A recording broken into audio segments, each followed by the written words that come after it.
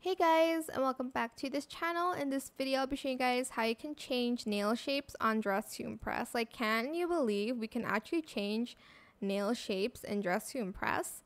So, we're going to go to Lana. If you have not done the quest, it's still Lena, but I have done it. So, I freed her, but you're just going to sit down, press E, and here there's a bunch of shapes you can choose from. There's this one, there's this even shorter one.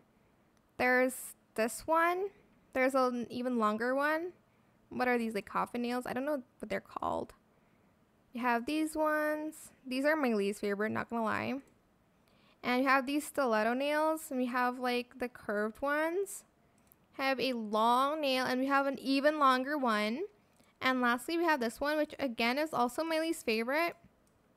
Whoops. But I guess they make like a good nail for, I don't know, some like cosplay or something. I don't really know. But that is it. I hope this tutorial was helpful for you guys. Don't forget to like, comment, share. Also subscribe to this channel if you haven't done that already.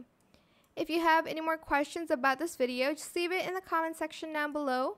I will try my best to answer them all for you guys. And if you found this video helpful, please click the thanks button as well. That is it. Thank you so much for watching. Bye.